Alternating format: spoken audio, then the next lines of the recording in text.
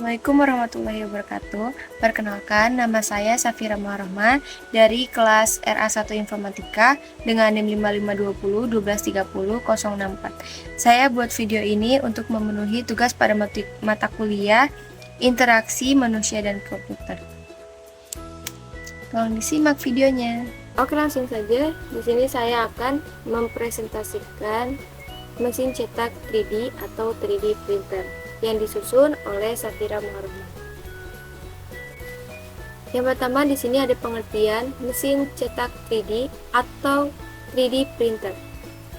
Mesin cetak 3D atau 3D printer adalah perangkat yang digunakan untuk mencetak objek fisik 3 dimensi dari desain digital. Proses ini dikenal dengan additive manufacturing, yaitu mencetak objek secara berlapis-lapis berdasarkan model digital. Selanjutnya di sini ada sejarah mesin 3D. Yang pertama, pada tahun 1981, Dr. Hideo Kodama dari Jepang pertama kali itu mengusulkan konsep percetakan 3D berbasis fotopolimer. Lalu yang kedua, pada tahun 1984, Charles Hull itu menciptakan proses stereolithografi atau SLA dan mendirikan perusahaan 3D System. Yang ketiga, pada tahun 1990-an, teknologi ini mulai digunakan dalam industri untuk prototyping atau pembuatan perwarupa. Yang keempat, pada tahun 2000-an hingga sekarang ini, 3D printer berkembang cepat, menjadi lebih terjangkau dan digunakan secara luas di industri, pendidikan, hingga rumah tangga. Selanjutnya di sini ada cara kerja mesin 3D. Yang pertama, desain digital dibuat di komputer menggunakan software seperti CAD atau Computer Aided Design, lalu ada Blender, Tinkercad atau Fusion 360.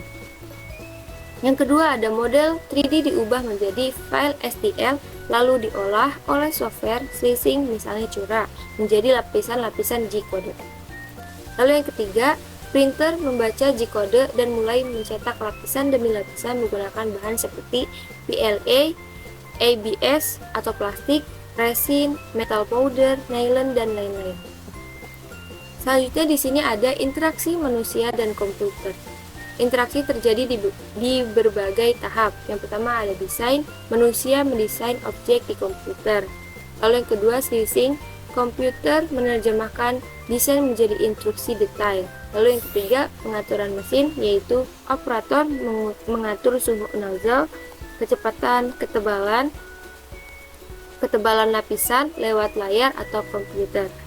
Lalu yang keempat ada monitoring, yaitu proses percetakan dipantau melalui antarmuka digital atau bahkan aplikasi mobile.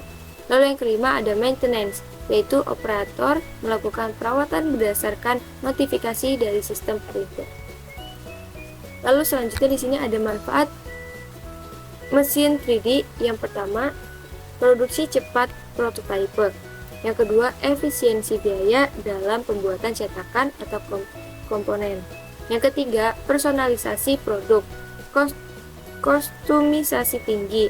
4, minim limbah karena hanya mencetak yang diperlukan. Lalu di sini ada kendala mesin 3D. Yang pertama, biaya awal mesin industri itu cukup mahal. Terus yang kedua, kualitas cetak tergantung pada pada desain dan pengaturan. Yang ketiga, perlu pelatihan bagi operator. Yang keempat, bahan tertentu bisa berbahaya seperti resin dan partikel logam. Lalu di sini juga ada contoh industri pengguna mesin 3D. Yang pertama, medis, yaitu cetak tulang, implan, dan gigi palsu. Yang kedua, ada otomotif, yaitu pembuatan prototipe suku cadang. Yang ketiga, ada arsitektur, yaitu model bangunan. Dan yang keempat ada pendidikan, yaitu praktik desain teknik dan seni. Lalu selanjutnya ada kesimpulan, yaitu yang pertama, mesin cetak 3D memungkinkan penciptaan objek fisik dari desain digital menggunakan metode additive manufacturing. Yang kedua, perkembangan teknologi 3D printing dimulai dari 1980-an dan kini telah merambah banyak sektor industri. Yang ketiga, interaksi manusia dan komputer sangat penting dalam setiap tahap percetakan, desain, pengaturan, percetakan, hingga evaluasi hasil. Lalu yang keempat ada operator manusia mengontrol printer melalui perangkat lunak seperti CAD dan slicing software. Lalu yang kelima, komputer bertanggung jawab mengonversi desain menjadi instruksi teknis di kode yang dijalankan printer. Lalu yang keenam ada proses pencetakan dilakukan secara otomatis namun tetap memerlukan pengawasan dan penyesuaian dari manusia. Yang ketujuh, mesin cetak 3D sangat bermanfaat dalam mencetak prototipe, produk kostum, hingga perangkat medis. Lalu yang kedelapan, kendala seperti harga tinggi itu kompleksitas pengoperasian dan keterbatasan material masih menjadi tantangan utama. 9. Teknologi seperti Internet of Things atau IoT dan AI terus meningkatkan efisiensi dan otomatisasi dalam 3D printing. Lalu yang ke-10, penggunaan 3D printer akan terus berkembang seiring meningkatnya kebutuhan industri akan fleksibilitas, kecepatan produksi, dan inovasi desain. Lalu selanjutnya yang terakhir ada saran. Yang pertama, meningkatkan pelatihan keterampilan digital dan teknis bagi operator sangat penting agar penggunaan 3D printer lebih optimal. Lalu yang kedua, sekolah dan universitas sebaiknya mulai mengintegrasikan pembelajaran desain 3D dan teknologi manufaktur digital ke dalam kurikulum. Yang ketiga, industri perlu berinvestasi dalam riset dan pengembangan untuk mengurangi biaya dan perluasan jenis material cetak.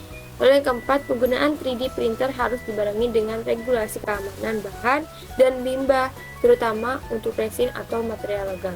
Lalu yang kelima, kolaborasi antara manusia dan komputer harus terus dikembangkan agar sistem printer lebih cerdas, mudah digunakan, dan efisien.